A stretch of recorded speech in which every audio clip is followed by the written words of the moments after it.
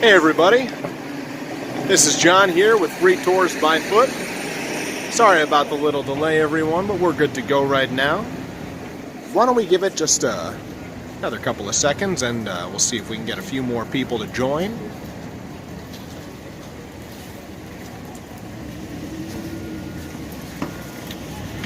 For anybody out there watching right now who wants to make fun of my hat, careful, I made this hat. I'm proud of it. So everybody, my name is John. I'm with Free Tours by Foot, and on today's tour, we'll be doing a tour of the Soho Cast Iron District neighborhood. So we're going to see a lot of buildings in Soho of the cast iron material, and we'll also see some of the hand-carved stone material, and we got a lot more to see outside of that, everybody. But this neighborhood is called Soho. Now, while we wait for a few more people to join, I'll just mention a few things, everybody. If you're not following us right now, Free Tours by Foot NYC at Facebook.com, Free Tours by Foot on YouTube.com. Please do so. Another thing worth considering, everybody, here at Free Tours by Foot, we have a brand new web series known as Set in New York, where we take you to all the famous locations of film, TV, and books that take place in New York. And we take you to the actual place on a little virtual tour that's called Set in New York with Free Tours by Foot. That's a separate YouTube page and Facebook group. We hope that you guys can follow that one. Right now we're covering HBO's The Gilded Age. But on that note, I think we got enough people here, so let's flip the camera around. Beautiful. And here we are in Soho, everybody. Now, right off the bat, you can notice the cobblestone streets matching the original design, everybody. These are not original cobblestones from before 1812. They are matching the original design of those cobblestones, though, and that's because this is an historic district and many of these streets are preserved. Granted, it's not the most fun road to ride a bicycle on, if you know what I'm talking about. You can also see some of our first buildings of the cast iron material. Just off in the distance, you can see the yellow color to them. And I want to point these out to start with, actually, because if you look at the side of these cast iron buildings, everybody, you can see it's red brick on the side. This is actually the best opportunity I get to show you this. Red brick on the side of the building will immediately tell you, cast iron, as nice as it looks, it was generally only used on the front of the building, the facade, or the face of the building, if you will. Red bricks were used on the side to keep things cheaper. Honestly, that's because in most cases you can never actually see the side of the building, although in some cases when you have that small business down there, that's called a bathing ape, by the way, small business down there, you can actually see the red brick material on the sides. In a few instances, we'll see really nice cast iron buildings where it's cast iron on multiple sides, but that comes later in the tour. For now, let's come right out here. We actually have, I just realized this might be the worst place to explain it. So, we have Spring Street and Green Street. Now, as you'll get a view of those signs in just a second, you'll see the name of the street is called Green. However, what I'm talking about is the color of the street sign, which is brown. Brown street signs mean you're in an historic district. Let's wait for the truck.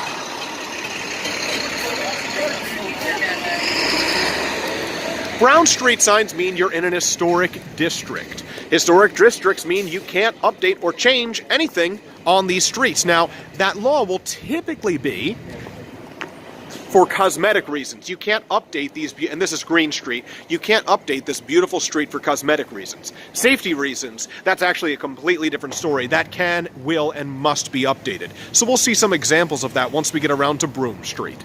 Green Street is, of course, named after General Greene, who served us during the Revolutionary War. Now, a place we won't have time to go inside of today is actually that business right over there. It's called COS, C-O-S. Now, that's just your typical clothing store in Soho, the fashion district as it is today, everybody. But what's really interesting, if you come out, take our Soho Little Italy Chinatown tour, or maybe go there after our Chinatown Nolita Little Italy food tour, you'll go right by this building or be close enough. If you go inside, down the stairs, to the men's department in the back, you will be able to see a well, a cylindrical red brick structure. And that is the final remaining piece of the well from the spring that Alexander Hamilton and his at-the-time friend, soon-to-be rival, Aaron Burr, tapped a spring on what we today call Spring Street, everybody. This is green. The one going east and west is spring. The one going north and south is called green, everybody. Spring Street. So that's the well from the spring of Spring Street is actually still in the basement of that building, pre-1800 architecture. And pre-1800 architecture is very rare in New York City. Let's get to some cast iron, everybody. We'll make our way across the street.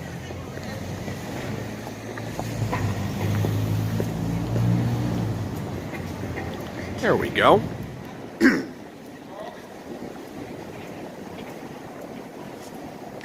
Cast iron all up and down the street. I'd say Green Street is the best street to go to see cast iron, and that's, well, I guess I'm a little bit biased. It's got the King of Green Street just over here. King of Green Street is the name given to the building.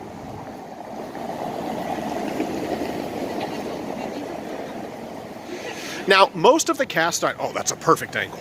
Most of the cast iron buildings that you're going to see on today's tour, the cast iron facades were fitted onto the front 1850s to the late 1800s. Now, this here King of Green Street was designed by none other than Mr. Duckworth, later on sold to Mr. Colby, who wanted to turn it into the beautiful studio space that it is today. This is actually two buildings combined, number 72 and number 70... I apologize. This is two buildings combined, 74 and 76. I apologize for that. Well, 72 and 76 with 74 being missing. Now, I won't go into too many details on this. Before the cast iron facade was fitted on the front, this was a brothel, house of ill repute, if you will. Soho, well before it was called Soho, was known as the Red Light District. Hello, John. Can you take comments off screen? Ooh, well. Let's see if we can figure that out. Hide chat view. Okay, so I think I've turned off the comments, and if that makes my bosses happy, they've got no way of letting me know. So, getting back to this, everybody, beautiful King of Green Street. Now, what was I talking about? Oh, yes, it used to be the Red Light District. Folks, it's exactly what you think it was. We won't go too much into that, but in the late 1800s, early 1900s, there were guidebooks directing single men on what they could find in this area. Later on, with the cast iron, it became very opulent. You see, the textile industry was leaving the neighborhood of Soho. And as that was happening, well, you had all these red brick low-rises up and down the streets, everybody, and they weren't very attractive. Cast iron, on the other hand, was a not cheap, but cheaper to make the building look nice without spending too much money. It's the metal version of the brownstone, if you will, everybody. Cast iron was formed by melting down the cast iron, fitting it into a mold, and piece by piece attaching it to the side of the building. This one over here, as you can see, has Doric columns, but then Corinthian columns, that's the nicest of all of them, right at the centerpiece. Here's another cool thing about cast iron. I'm going to be careful, I'm going to switch directions real quick. Pardon me. So everybody, cool thing about cast iron is, it is magnetized. Anything with a magnet on it will stick to the side of a cast iron building. This is very much, although it's coated in something else to make it rust-proof, this is very much that same material that Mom would cook with when you were a kid, or perhaps you cook with today, everybody. Now, just to give you a good comparison, we've got number 76 right here that I'm pointing at. This is 72, 76, and then we have 78 right there. You probably can't make out, it says Veronica Beard. So we've switched from cast iron to stone. And you can kind of see the difference in the materials. Let's see, is it safe for me to cross? Will be in 1 second. While we wait to cross, to get an up-close look, everybody, Soho, south of Housden Street. Housden Street. Spelled just like Houston, Texas, but pronounced Housden. I can't even begin to tell you how many times somebody on my tour will tell me I'm staying on Houston Street right now, and I get to correct them.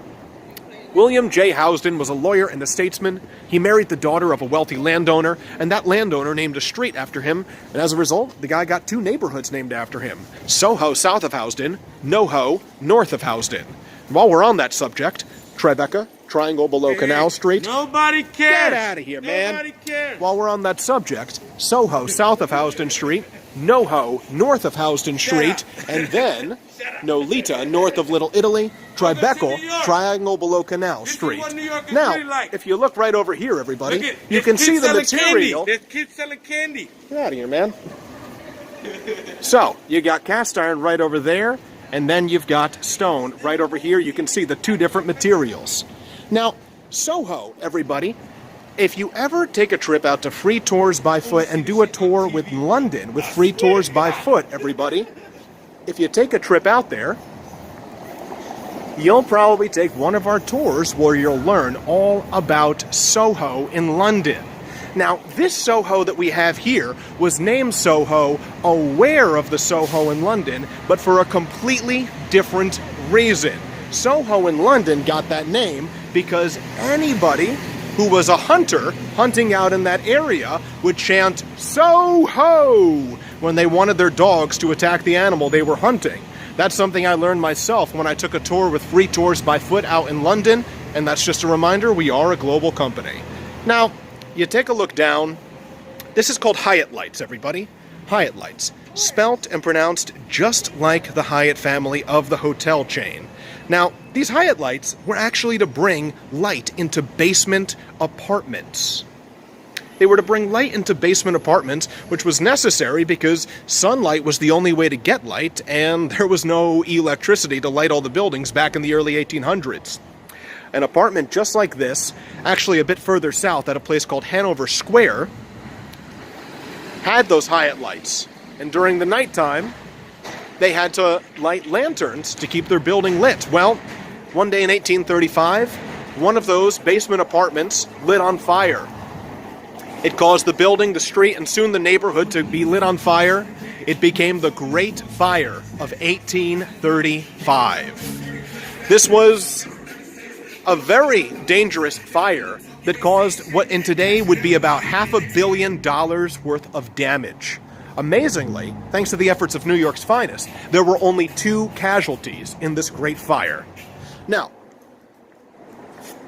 this fire was raging all throughout town, and people realized the only way to put out the fire was actually going to be to plant gunpowder and detonate the gunpowder, destroying a 6-block radius, which would stop the further spread uptown of the fire.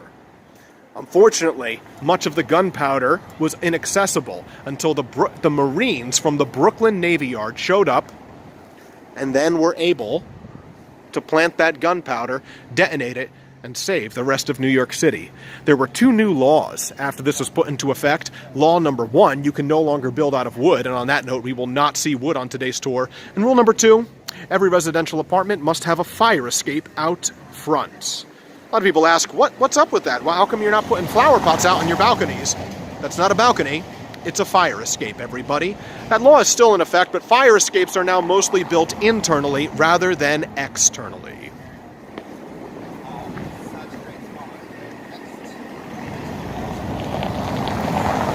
Let's head down the street, everybody. Making our way to Broome Street now. Once again, named after a Revolutionary War figure, Mr. General Broome. Oh, actually, let me get you to this corner real quick. I just want you to notice, looking downtown, everybody, all the different colors that cast iron can take on.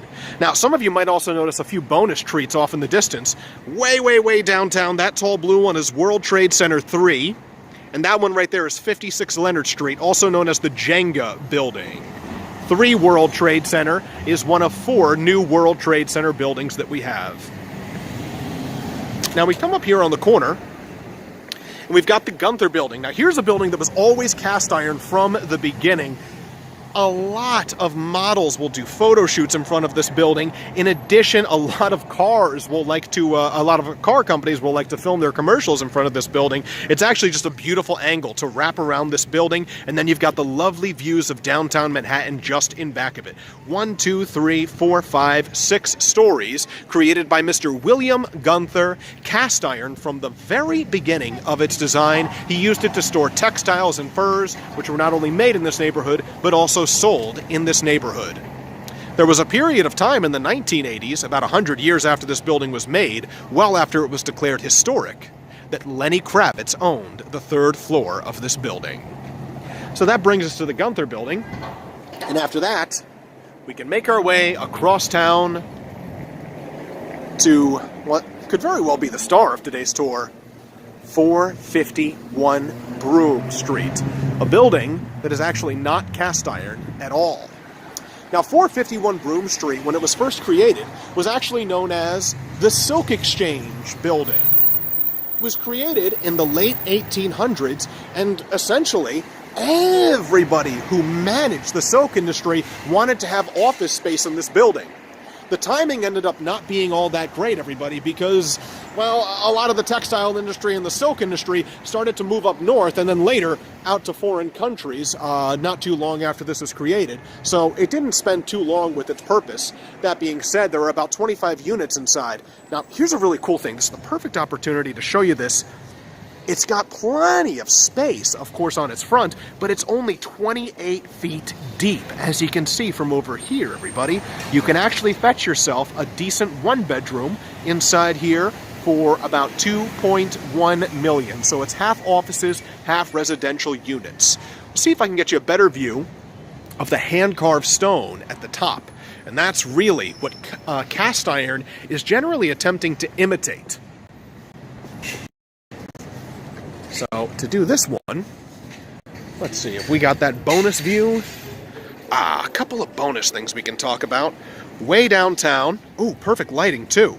You can see, I'm going to put my finger right over it, and now move my finger, the Woolworth Building off in the distance. Sneaky little guy way downtown. That was built in 1913, and it was the tallest building in the world until 1930. Really, it's a neo-Gothic masterpiece. It's personally what I think the most beautiful building in New York City, and something that will actually be included if you take our Brooklyn Bridge, Brooklyn Heights Dumbo tour. Now, the Woolworth Building was beaten in 1930 by first 40 Wall Street, obviously on Wall Street, we won't see that today, and then the Chrysler Building. And if you look uptown, can we get that lighting correct again? You can see way off in the distance, just that point way uptown, the Chrysler Building, everybody. And the Chrysler Building will be included if you take any Midtown Manhattan tour, although it is visible on many other tours as well. Tallest building in the world for a year until our Empire State Building came up. Now, I stop in the middle of the street once. Just be careful. Hope your tour guide survives all this. Let's see. Looking downtown.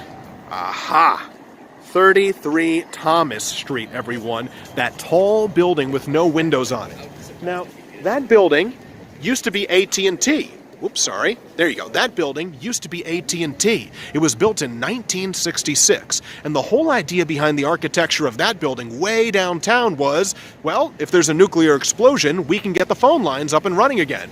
Essentially, they're saying the safest way to make a building is to skip the windows. Those black portions that you see at the top, those are all ventilation shafts. So that way the people in the building can breathe, obviously. Now, there was a document, a government document that was leaked in which 2 government officials talk about a tall, windowless building in downtown Manhattan, which they refer to as the headquarters of the NSA, now nicknamed Titan Point.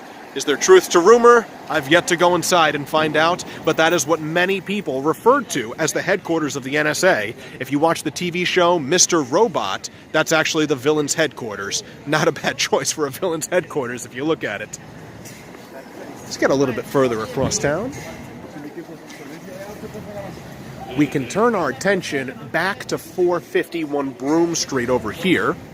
Now, I don't know if I'll ever get you a great angle from down here. I wish I could give you a skytop tour, but you can see the beautiful hand-carved stone.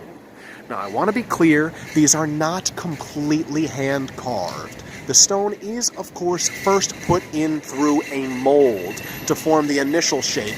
The additional detailing, it took 100 Italian stone carvers over the course of 1 year to hand-carve the top of the building. The tippy-tippy top, which is green, that is copper, which is rusted the Statue of Liberty. I'll mention that the Statue of Liberty, holding in New York City, on today's tour, where at the very end, we'll get a decent view at the second tallest statue in New York City. Did I call the Statue of Liberty the tallest building? If I did, I apologize. The Statue of Liberty is the tallest statue in New York City. On today's tour, we get to see the second tallest. Apologies. Let's keep making our way across Broome Street. As you can see, with its 3 lanes, is a pretty busy highway. During rush hour, this one will get crowded.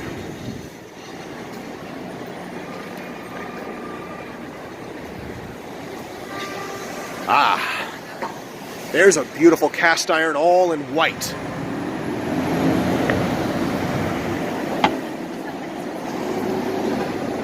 And, oh, actually, you know what? It's worth getting a look because these are Ionic columns.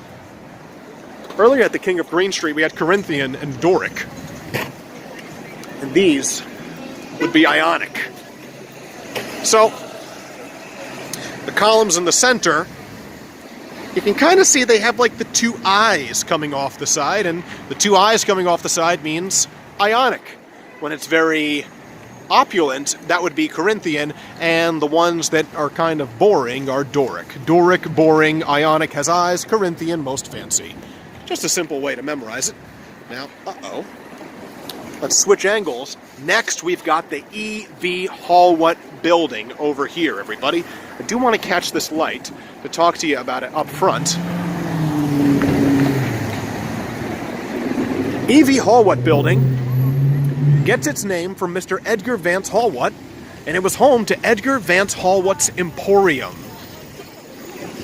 Edgar Vance Hallwatt's Emporium was the finest maker of china and home goods in all of the world, as people gave it its title. In fact, this E.V. Hallwatt Building right here, a building about 79 feet tall, this E.V. Hallwatt Building is where Mary Todd Lincoln made so many purchases out of. You know, our former president, Abraham Lincoln, he only made 6 visits to New York in his lifetime. Visit number 6 was actually his funeral, traveling through New York City. So 5 visits to the state and city of New York in his lifetime, if you'd like to count it that way. As I recently said on my East Village food tour, there's a photograph of a young 8-year-old Theodore Roosevelt watching the funeral of Abraham Lincoln from his bedroom window. Now, getting back to this, Mary Todd Lincoln spent a lot of money at the E.V. Hallwatt Building. The E.V. Hallwatt Building was even more famous, though, because it was the first building ever to have an elevator inside. Passenger elevator, that is. And that was a big deal because in the 1800s, especially the mid-1800s, people were known to put items inside shaftways, goods to bring upstairs, but those wires were known to break. The goods fall down, well, that's not too big of a deal. Person falls down, that's definitely going to be a big deal. Nobody could trust the idea of a passenger elevator, given how faulty the typical elevators were for goods. Now, if you get a good look at this building, you might see it in the one next door. I'm going to put my finger right over it, right there, so I move my finger and you can see that little sign that says Shaftway. On the other building, it says Elevator. Now, the reason that's there is to let a fireman know that if there's a fire in this building and he wants to break through it, well, he breaks through that window, that gentleman will fall, or lady, that gentleman or lady will fall to the bottom of the building. And so that's a warning for our firemen. Now, the first passenger elevator ever was installed right here at the E.V. Hallwatt Building. Elijah Otis created the elevator, and the first year he could only sell 2. Nobody trusted it. P.T. Barnum of Barnum and Bailey Circus told Otis, "You should demonstrate your elevator at the Crystal Palace." Now, the Crystal Palace, that's where Bryant Park is today. We don't have the Crystal Palace anymore, obviously. But he built his elevator there, brought in a live audience. He rode his elevator all the way up to the top, and when it reached the top, no one was convinced until he took out his scissors and cut the wire above his head. The elevator came crashing down, and 2 feet below where it came crashing down, it stopped, thanks to the emergency brake. And it was the emergency brake that ultimately convinced people the elevator was safe. It's said that the next year, Otis still only sold 4. The next year, he sold 7, The next year, 14, eventually 1,000 in his lifetime, and today Otis is the largest manufacturer of elevators in the U.S. and the world, the first of which was installed here in the E.V. Hallwat building, a building less than 80 feet tall with an elevator that went half a foot per second. It was the slowest elevator in the world, obviously. The fastest elevator in the world recently was One World Trade Center's elevator, and that elevator is also an Otis elevator. How about that? Not bad, Mr. Otis. So let's continue across town. We're getting towards the end of the historic cast iron district. I don't know what I'm looking at right now.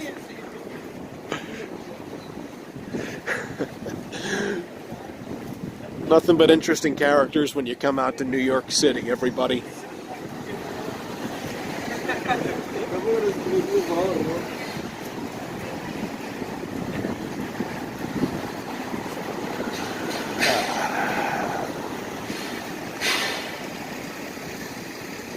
I think I mentioned earlier, brown street signs mean you're in an historic district.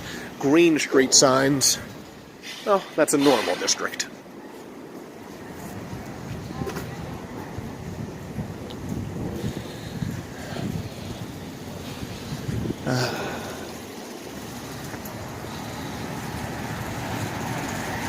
Okay. Well, not the happiest story to tell here, my friends. Since the pandemic, I've seen just about nobody take up this space. This will be the last cast iron building that we cover today. It's about 1, 2, 3, 4, 5 stories tall. I want to get you to the other side of the street. I apologize for that, everybody.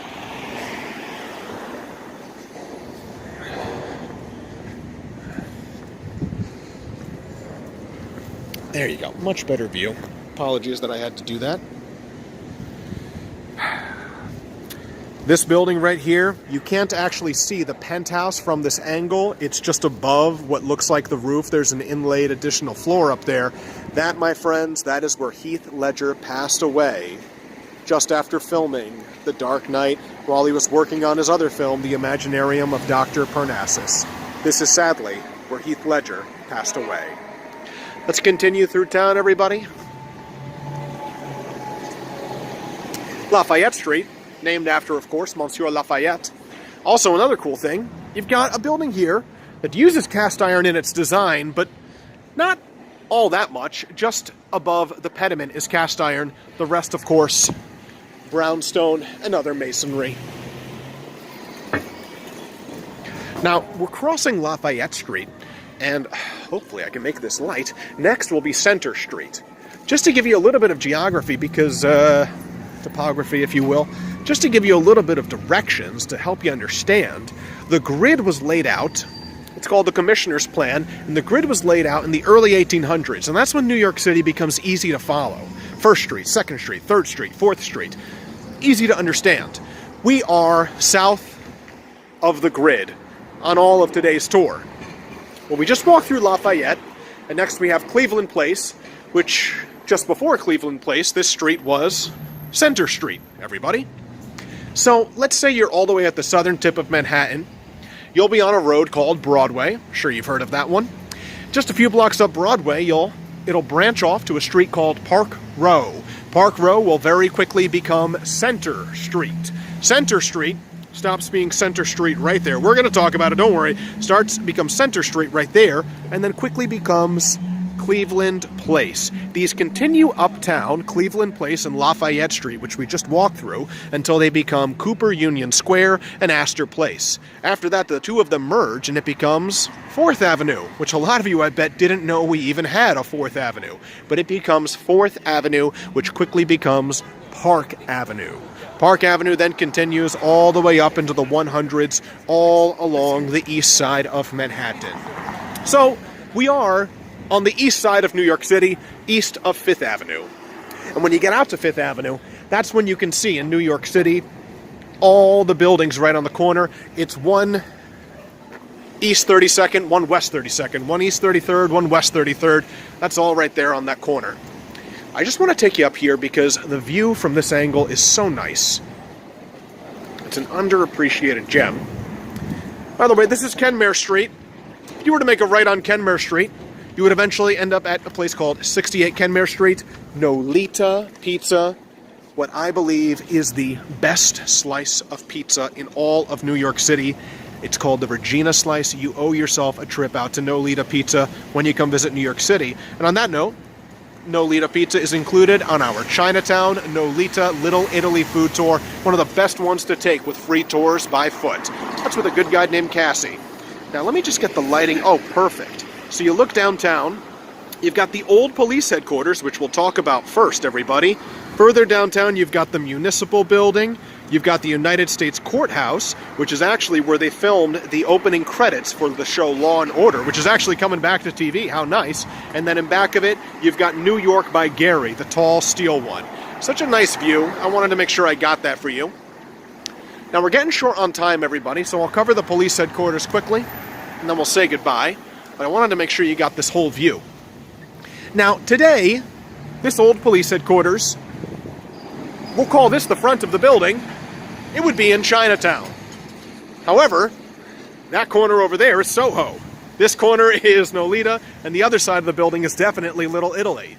So, in a way, this building can say that it's in 4 neighborhoods at once because of its good location.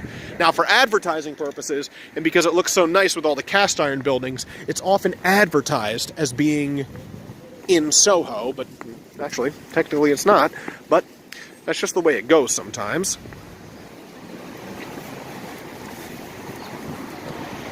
I should mention today, it's residential apartments and a few offices. No longer the old police headquarters that it once was. So, let's get our camera in a good position. Lovely.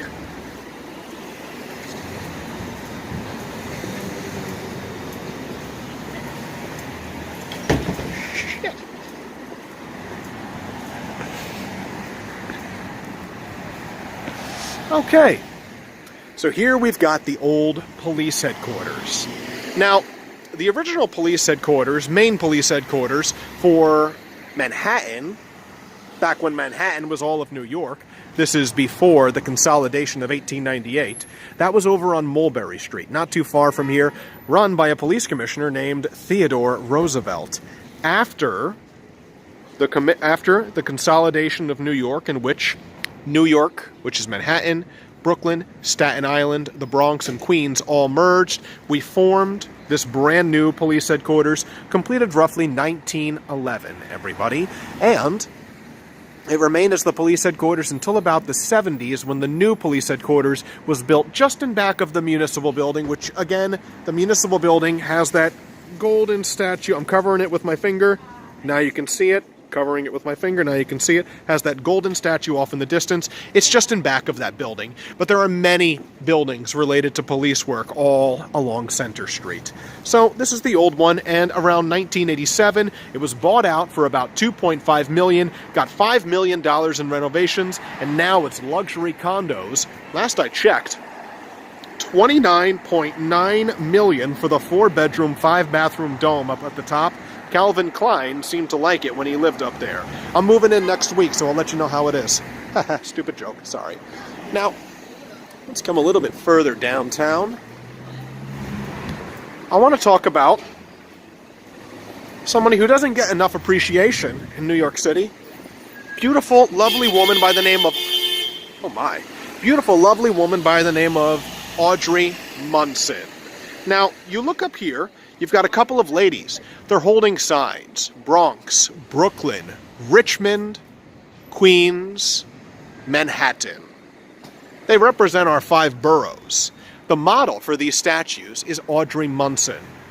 Quick little detour. Why did I say Richmond instead of Staten Island? Well, a borough is what these bodies of land are on the city level. A county is what it is on the state level. So the borough of Manhattan is the county of New York, believe it or not. The borough of Brooklyn is the county of Kings. The borough of Queensboro is the county of Queens. The Bronx is the Bronx. And the borough of Staten Island is actually the county of Richmond. So if you were to look at the, let's say, the voting results of state and city elections, for a state or federal election, you would be looking for the county of New York to see how the people of Manhattan voted. Just an example of how that's used. So up here, we have a woman holding a green stick, and the model for that statue was a woman named Audrey Munson. Audrey Munson was a silent film actress back in the early 1900s, and she was really the first woman to be considered so beautiful that absolutely every sculptor wanted to use her in her projects. And as a result of just her incredible talent, she ended up being used in more she is the basis, I should say, for more statues than George Washington and Alexander Hamilton combined. Now, Audrey Munson, this story sadly ends in a little bit of tragedy. This is through no fault of her own. Audrey Munson, she's only making about 50 cents an hour doing this, while the sculptors are making much, much more. She probably would have fought for a higher wage, but around the age of 40, she lived in a building as a tenant, and the owner of the building fell in love with her and, crazily enough, murdered his own wife. For some reason, the city decided to turn on Audrey Munson, and she got blamed for this. And after that, she spent the last 60 years of her life in an insane asylum. That's 60, my friends. She passed away in 1994 at the age of 106 years old. Absolute tragedy, but Audrey Munson's work lives on through so many statues in New York City, including a few up in Central Park, and if you look all the way at the Municipal Building downtown, my finger's covering it. Now you can see it. Finger covers it. Now you can see it. You can see the second tallest statue in New York City, a statue called Civic Fame. Audrey Munson is the basis for that statue as well. So everybody, second while there you go. So everybody, I hope you all had a wonderful time with us at Free Tours by Foot, exploring all of Soho, the Cast Iron District, and the other beautiful buildings. Just a reminder, we are a pay-what-you-wish company. That means you get to decide whatever you think the tour is worth per person, and we invite every single one of you to join us on a tour, not just here in New York City, but in London, in New Orleans, in Boston, and all over the world. You can do this at freetoursbyfoot.com. Make sure to follow us on Instagram, Facebook, and YouTube. And everybody, thank you so much for joining us. My name again is John. If you're interested, you can join me for my East Village food tour this upcoming Thursday at 1 o'clock. We actually go into the oldest ale house in all of New York City on that tour. Hope to see you guys someday soon. Thanks again for joining us.